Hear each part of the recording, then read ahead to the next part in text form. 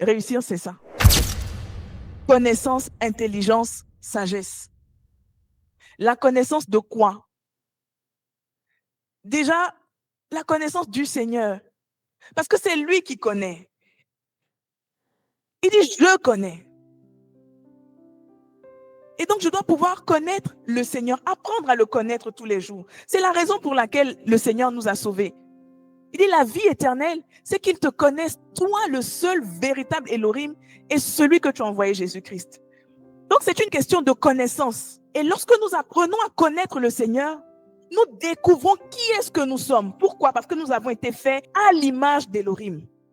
Malheureusement pour nous, le péché est rentré dans la création et donc, dépendamment du stade, de l'âge auquel on rencontre le Seigneur, il y a vraiment tout un travail de destruction que l'on traîne derrière nous. Et donc, le Seigneur doit restaurer cela. C'est la raison pour laquelle il nous dit que lorsqu'on vient à lui, lorsqu'on regarde au Seigneur, comme au travers d'un miroir, on est transformé. Lorsqu'on le contemple, on est transformé. On a la même image que lui, de gloire en gloire. Ce qui est de nous, ce qui a été abîmé, ce qui a été altéré, ce qui a été gâché, tout ce que nous avons emmagasiné qui n'est pas de lui, lorsqu'on le contemple, nous sommes à ce moment-là transformés. Et nous reprenons notre véritable nature. Et dans ça, lorsqu'on comprend, on arrive à connaître notre identité, ce qui se passe, c'est que le Seigneur aussi, il nous communique les projets là qu'il a formés pour nous. Les projets du Seigneur, nous les recevons dans sa présence. Et le Seigneur ne peut pas nous donner une vision, un but, sans nous donner la provision. Lorsqu'on retourne au jardin, c'est très important de toujours retourner au commencement. Au commencement, on voit comment Dieu avait déjà pourvu en toutes choses pour Adam. Il avait déjà tout donné, tout, absolument tout à Adam. Et donc, lorsqu'il nous donne un projet, il y a forcément les ressources qui vont avec. C'est pas maintenant qu'on va prier, Seigneur, donne-moi ceci, donne-moi cela. S'il te donne ce projet, c'est que dans la constitution, dans la manière dont il t'a créé, il y a les ressources dont tu as besoin. Il y a tout ce dont tu as besoin pour accomplir cette mission. Tout est déjà là. Peut-être que ce ne s'est pas encore manifesté, comme un peu nos enfants. L'enfant, tout est à l'intérieur de l'enfant.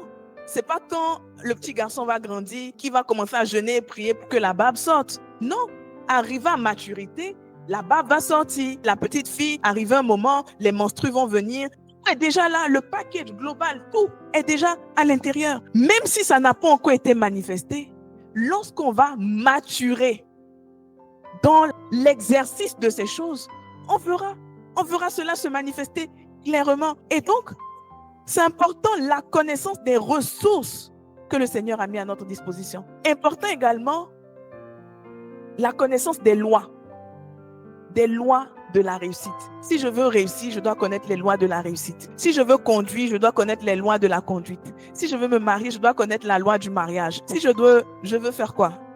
Avoir un enfant, je dois connaître les lois pour pouvoir avoir les enfants.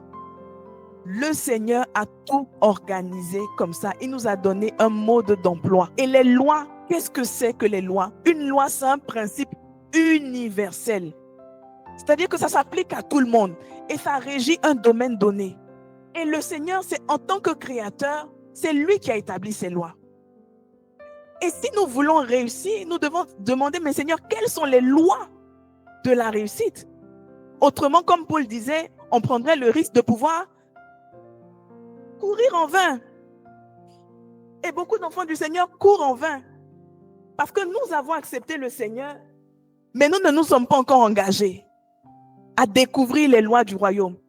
Jésus lui-même, il dit, il vous a été donné de connaître les mystères du royaume.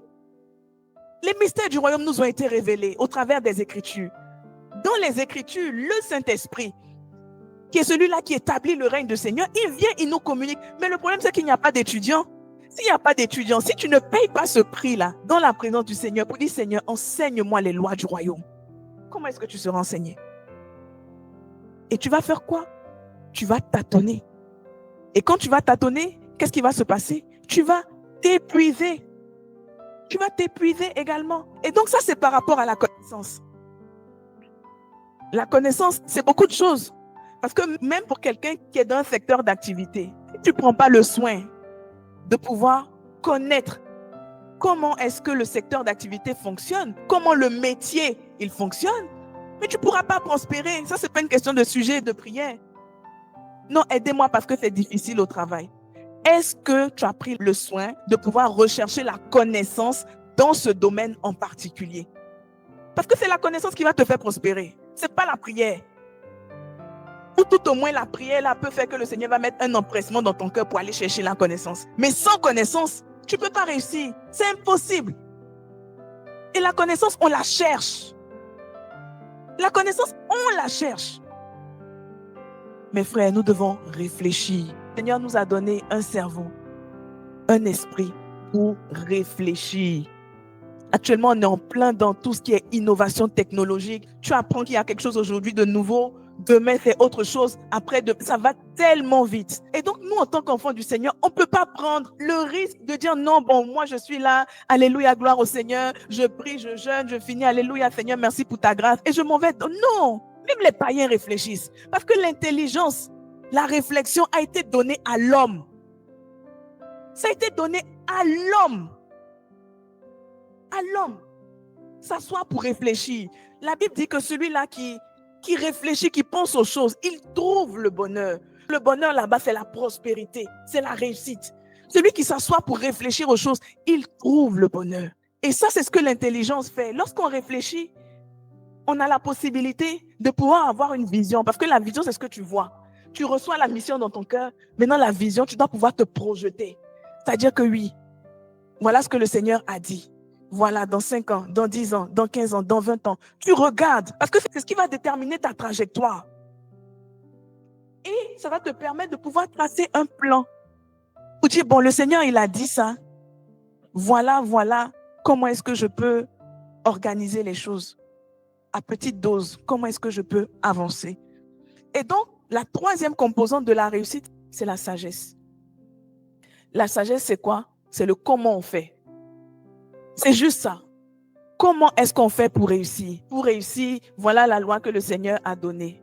Si tu appliques la loi, tu vas réussir. Et donc, la sagesse, c'est l'obéissance à la loi de la réussite qu'on avait au préalable connue.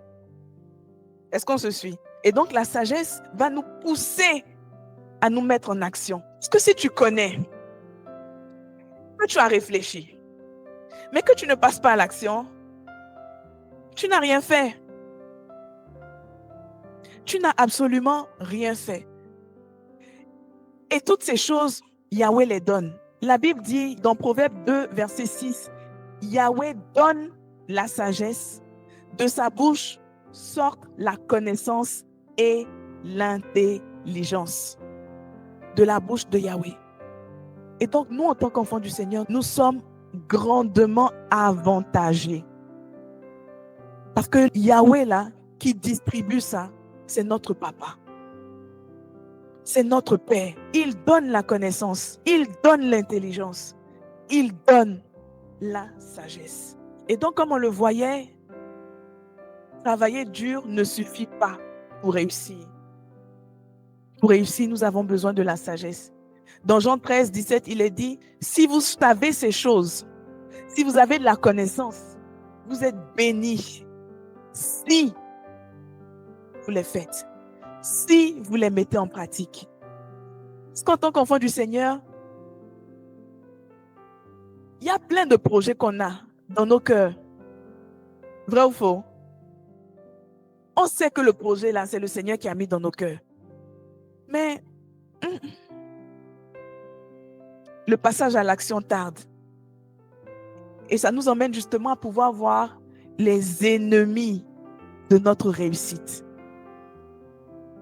Les ennemis. Parce que autant le Seigneur veut que nous puissions réussir, autant il y a les ennemis de notre réussite.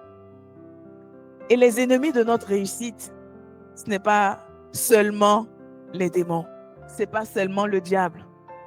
Envoyer le feu, Seigneur, le feu, j'envoie le feu sur les sorciers, sur les quoi, le feu. Non, non. Ce n'est pas d'abord ça. On a plusieurs ennemis. Le premier ennemi, c'est lequel? L'ignorance. L'ignorance, c'est direct. Parce que même quand tu es ignorant, tu ne sais même pas que c'est Satan qui t'attaque. L'ignorance, c'est vraiment les ténèbres, mais totales. Et l'ignorance de quoi? De la volonté du Seigneur, comme on en parlait, des lois et principes de la réussite. L'ignorance en termes de connaissance. On va revenir sur cet aspect-là, parce que l'ignorance, c'est vraiment le grand mal qui nous empêche de pouvoir accéder à la réussite. On a aussi les pensées limitantes, des forteresses, des hauteurs, des raisonnements qui s'opposent à la connaissance de Christ. Et donc, comment est-ce que ça se manifeste? Les pensées limitantes, ce sont vraiment des pensées. Mais le problème là-dedans, c'est que la Bible nous dit que un homme est tel que sont ses pensées. Et les pensées limitantes ont pour objectif de justement nous limiter. Nous limiter dans ce que le Seigneur est en train de faire avec nous, dans ce que le Seigneur veut faire avec nous. Nous empêcher de pouvoir atteindre l'objectif. Ce sont des pensées qu'on récolte tout au long de notre parcours. Parce que le cœur de l'homme, c'est une terre. Vous vous rappelez de ce que le Seigneur il a dit dans Matthieu 13, où on nous parle de la parabole des 4 terrains. Il dit celui-là qui a reçu la graine, en fait, dans son cœur, il y avait beaucoup de soucis. Dans son cœur, il y avait pas de place. Notre cœur est comparé à de la terre. Et la terre, tout ce que tu mets dans la terre, ça produit. Donc, tout ce qu'on a glané tout au long de notre parcours. Quelqu'un qui vit d'un environnement, on va dire par exemple, il n'a pas vu ce qu'on appelle la réussite matérielle, disons ça comme ça, épanouissement et tout. Quelqu'un qui vit d'un environnement de pauvreté, mais il aura du mal à imaginer autre chose. Et donc, tout ce qu'il a vu au quotidien s'est érigé comme une barrière dans son esprit. Pour dire que c'est exclusivement comme ça que les choses doivent se passer. Je me rappelle dans une expérience, quand je travaillais dans le recrutement, un jour, j'ai eu à rencontrer une jeune dame qui avait été recommandée par quelqu'un pour un stage. Donc, je la rencontrais, on discutait. Et elle avait un très bon profil. Mais vraiment excellent profil. Tu regardes la personne, tu vois en tout cas le potentiel. Et donc, je lui demande, mais qu'est-ce que tu envisages de faire par la suite? Elle me dit, j'aimerais juste être enseignante. Je lui dis, enseignante, pourquoi? Elle me dit, non, parce que dans ma famille, tout le monde est enseignant. Je lui dis, d'accord, mais c'est exactement ce que les pensées limitantes peuvent créer dans l'esprit de l'homme. C'est-à-dire que ça nous empêche de pouvoir voir au-delà.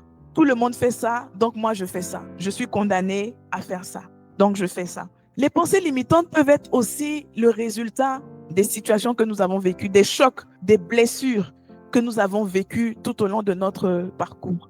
En ce qui me concerne, dans mes études, je bénis le Seigneur parce que ça a été vraiment par ça que le Seigneur m'a ramené à lui justement. Mais dans mes études, il est arrivé lorsque j'étais en année de licence où tout était bloqué.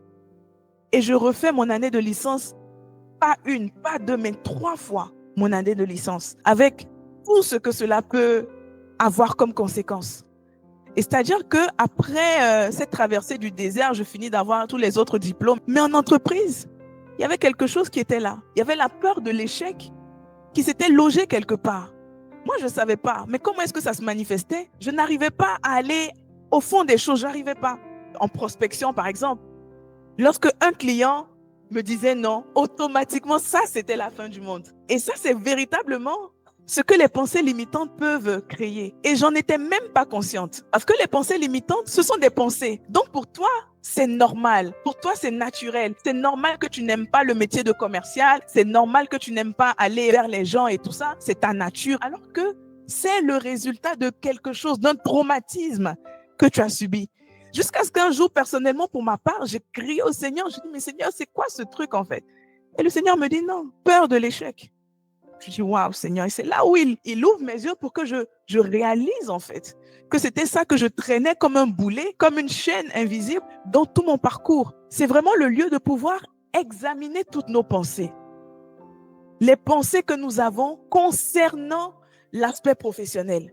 Tout ce qui concerne la réussite. Qu'est-ce que nous avons reçu comme information? Est-ce qu'on t'a souvent dit non, tu ne peux pas? Peut-être des initiatives que tu voulais mettre en place et à chaque fois on te disait non, c'est pas intéressant, non, c'est pas bien, non, c'est pas ceci, c'est pas cela. Et toi, tu as gardé. Et quelque part dans ta tête, ça résonne. Non, je suis incapable de produire quoi que ce soit d'utile. Et donc, il est impératif de pouvoir examiner nos pensées. Même lorsque parfois tu discutes avec des gens et la personne va te dire, ben, moi, je suis pas allé loin à l'école. Mais où est le rapport? Il n'y a aucun rapport entre le fait d'être allé loin à l'école et la réussite. Depuis, on est en train de parler, est-ce qu'on parle d'école? On ne parle pas d'école, ça ne dépend pas de l'école. Ça dépend du but que le Seigneur t'a assigné. Une fois que tu connais ce but, une fois que tu établis avec l'aide du Saint-Esprit la vision, le parcours, le ceci, le cela, tu appliques la sagesse du Seigneur, tu appliques les lois, tu vas réussir. Ça ne dépend pas de l'école. Et donc, ça aussi, c'est une pensée limitante que beaucoup ont emmagasiné. Il faut aller à l'école pour réussir. Non, il ne faut pas aller à l'école pour réussir. Non, c'est faux. C'est faux. Ce n'est pas le diplôme qui fait la réussite. Non, ce n'est pas le diplôme qui fait la réussite. La réussite, connaissance, intelligence, sagesse. Et ça, c'est ce que le Seigneur donne. Et donc, si quelqu'un pensait que c'est parce qu'elle n'était pas allée loin à l'école, qu'elle ne pouvait pas réussir, qu'elle n'était pas concernée par ces sujets-là, c'est une erreur, c'est un mensonge de l'ennemi. Et donc, on va avancer. On est toujours dans les ennemis de notre réussite. Le moindre effort. Franchement, déjà qu'avec le péché, l'homme a été affaibli. Mais en plus, en tant qu'enfant du Seigneur, parce qu'on est entre nous, on va se parler entre nous. Le moindre effort, c'est un problème. C'est véritablement un problème. Et ça, c'est motivé par la paresse. La pauvreté, c'est un esprit terrible. Mais qui fonctionne avec la paresse. C'est-à-dire qu'il envoie un peu la paresse. C'est-à-dire que tu vas rester là. Aujourd'hui, franchement, je n'ai pas envie de travailler. J'ai même pas envie d'aller au travail. La Bible dit un peu croiser les mains, un peu somnoler là. Et ta pauvreté viendra comme quoi? Comme un homme en armes. On vient te braquer. Mais c'est terrible. Vraiment, il y avait la veillée de prière. Alléluia, gloire au Seigneur. Waouh, waouh, waouh. Non, mais le matin, je suis un peu fatiguée. Hier, on a veillé, on a prié. Ah, Seigneur. Non, toi-même, tu comprends. Non, le Seigneur ne comprend pas. Il ne comprend pas. En fait, il est là, il est avec toi. Il t'aime. Mais si tu ne m'aimes pas en application la loi pour la réussite, l'amour du Seigneur ne change pas. Il t'aime toujours. Mais sauf que tu ne seras pas épanoui dans ce domaine. Donc, ça ne dépend pas du Seigneur. Ça dépend de nous, de l'application de la loi. La Bible dit, n'aime pas le sommeil, de peur que tu ne deviennes pauvre. Tes yeux et tu seras rassasié de pain. Excellence. À quel niveau d'excellence est-ce que tu as fait? Parce qu'il ne faudrait pas qu'on oublie que partout où on est, on représente notre Père. On représente le royaume. Mais si tu fais juste pour faire et tu t'attends que tes efforts soient récompensés, non. C'est pas comme ça que ça marche. La Bible dit que la richesse est à l'homme qui est diligent. La diligence. La diligence, c'est le contraire de la négligence. La négligence, tu fais ça rapidement. Tu ne réfléchis même pas comment tu peux améliorer les choses, comment tu peux faire ça de la meilleure manière possible. Non. Le diligent, là, lui, il prend tout son temps. Il étudie la question. Et il fait avec promptitude. C'est même pas qu'il fait en traînant les pas. Avec promptitude. La Bible dit que quelqu'un qui est diligent, il ne se tient pas devant les gens du bas peuple. Non. Il te tient auprès des rois. L'homme qui est diligent. C'est-à-dire que même quelqu'un qui est en entreprise, par exemple, tu négliges ton travail. Tu fais ton travail avec un faible niveau d'implication. Mais tu pries une promotion. Non, mais franchement, il faudrait qu'on soit honnête avec nous-mêmes. Est-ce que toi-même, tu mérites la promotion là? Le travail que tu fais, est-ce que ce travail-là mérite la promotion? C'est de ça dont il s'agit. Et donc, il faut arriver à un moment qu'on puisse se questionner. La médiocrité. Tu fais les choses juste pour faire. Tu es médiocre. Enfant du Seigneur, mais médiocre dans tes tâches. Non. En le faisant, nous ne glorifions pas le Seigneur. Alors, les ennemis de notre réussite. On a également les excuses que nous nous donnons. Je suis trop âgé. Est-ce que je pourrais encore faire quoi que ce soit? Pourtant, Moïse, il a commencé sa mission, son travail de libérateur à 80 ans. Ou bien je suis trop jeune. Mais on voit qui? On voit Jérémie. On voit Samuel, qui était de jeunes garçons. On voit même David, qui était encore un enfant.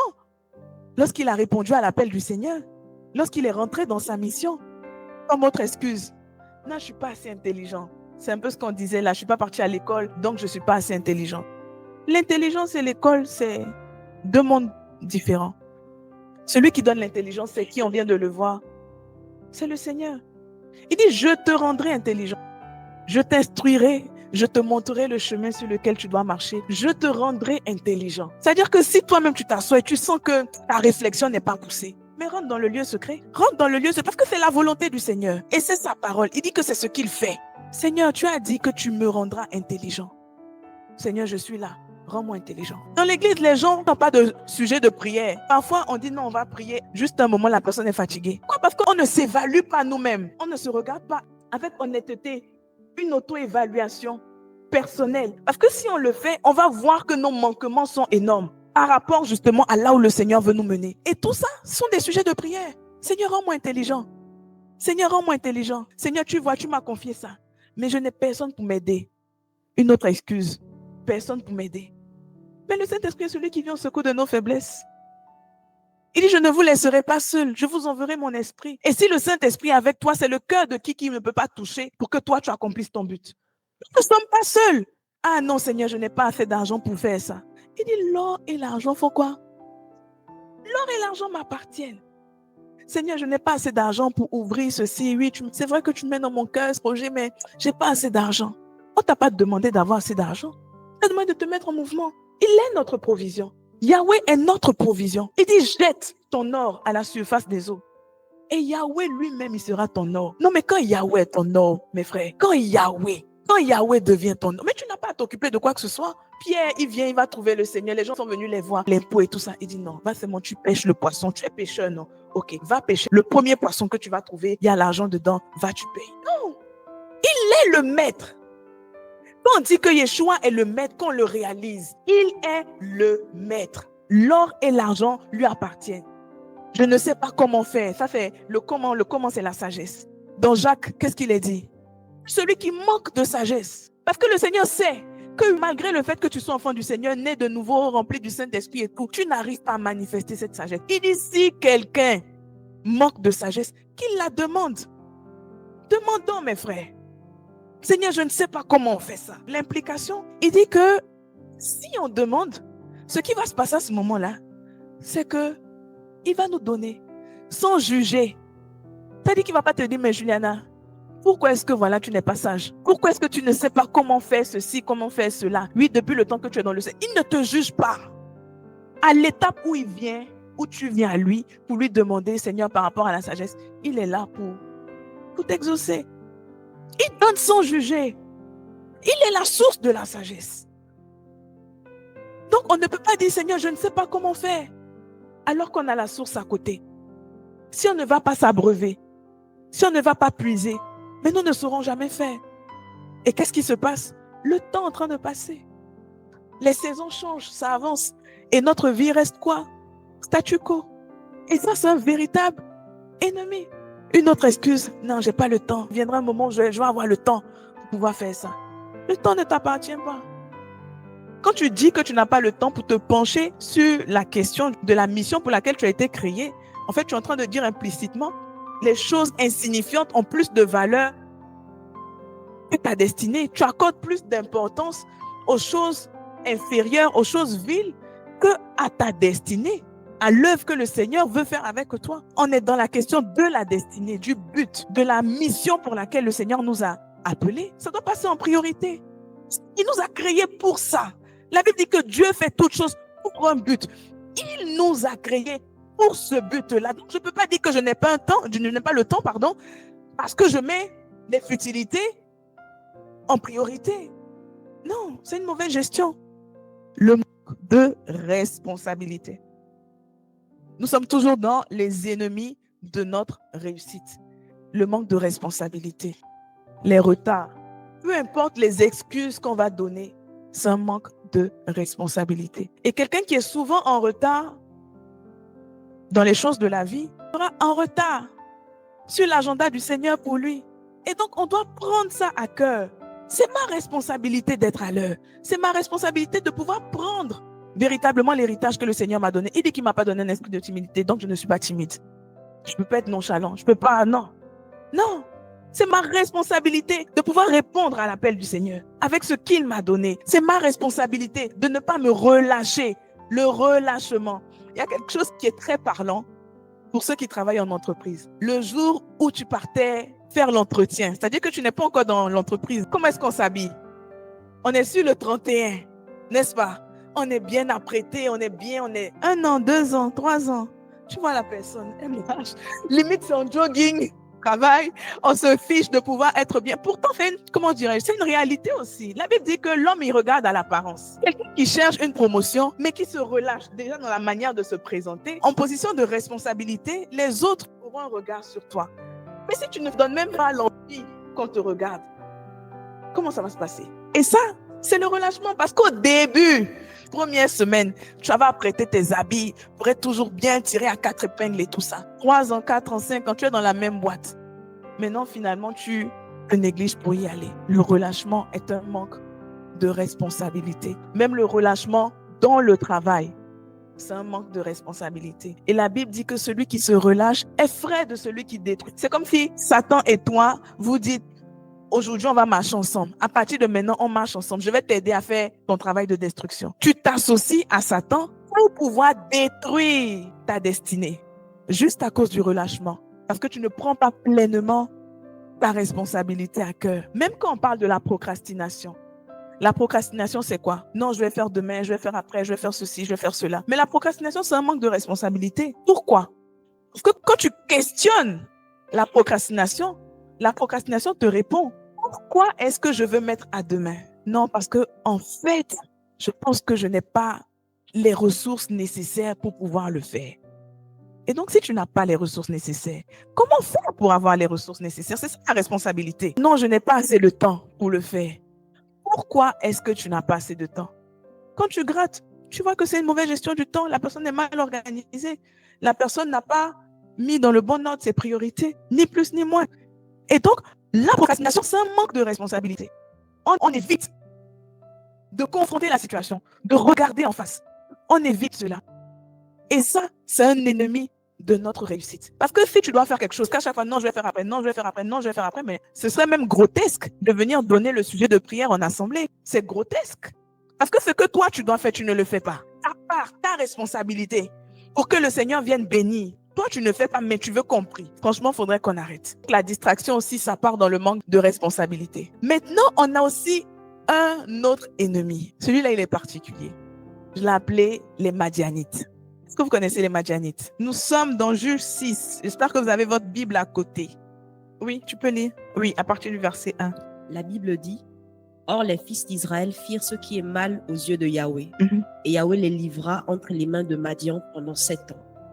La main de Madian fut forte contre Israël. Pour échapper aux Madianites, les fils d'Israël se retiraient dans les ravins des montagnes, dans des cavernes et sur les rochers fortifiés. Il arrivait que, quand Israël avait semé, Madian montait avec Amalek et les fils de l'Orient, et il montait contre lui. » Quand quoi? Il arrivait que quand Israël avait semé, oui, Madian montait avec Amalek et les fils de l'Orient. Quand Israël avait fait quoi? Avait semé. Quand Israël avait fait quoi? Avait semé. Quand Israël avait semé, Oui. Madian faisait quoi? Il montait avec Amalek Oui. et les fils de l'Orient, Oui, et il montait contre lui. oui.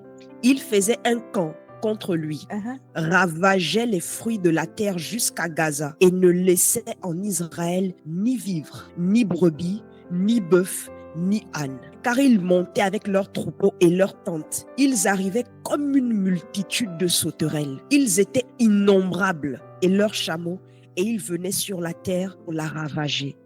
Ils venaient quand? Quand Israël avait semé. Quand Israël avait semé. C'est-à-dire que quand il n'y avait pas de semences, ce n'était pas un problème. Mais Madian apparaissait exactement quand Israël avait semé. Et il ne venait pas seul. Il prenait avec lui qui? Amalek et les fils de l'Orient. Il venait pour aller détruire tout ce que Israël avait semé. Et ça, c'est une réalité spirituelle. Que beaucoup de personnes subissent. La personne prie, est jeune, mais dès qu'elle a l'argent, il y a les problèmes. Vous avez déjà entendu ça, non? Peut-être même que vous vivez ça. Dès que la personne a de l'argent, les problèmes commencent. Et en un rien de temps, tu réalises que l'argent que tu avais est fini. Ce sont les Madianites qui font ça. Leur rôle, c'est de venir détruire la richesse, détruire l'abondance. Et parfois, c'est pas que les personnes ne font pas bien ce qu'il faut faire pour réussir. C'est que quelque part, il y a les autels qui parlent contre elles. La source de laquelle elles sont est polluée. Le fondement sur lequel ces personnes-là se tiennent a été renversé. Et ce qui se passe, elles subissent les réclamations du monde des ténèbres. Et on va travailler, mais il n'y a pas d'avancée, mais il n'y a pas de prospérité. La personne avance, elle vient, mais elle est toujours au niveau 0. Ça, ce sont les Madianites qui font ça. Parce que Amalek, c'est la bassesse. En fait, lui, son objectif, c'est de maintenir les enfants du Seigneur dans la bassesse. Qu'il n'ait pas accès à cette provision-là que le Seigneur nous a donnée. Qu'il n'ait pas accès à cette prospérité. Qu'il n'ait pas accès à cette richesse que le Seigneur nous a donnée. Parce que la Bible dit que de riche qu'il était, il s'est fait pauvre, afin que par sa pauvreté, nous soyons en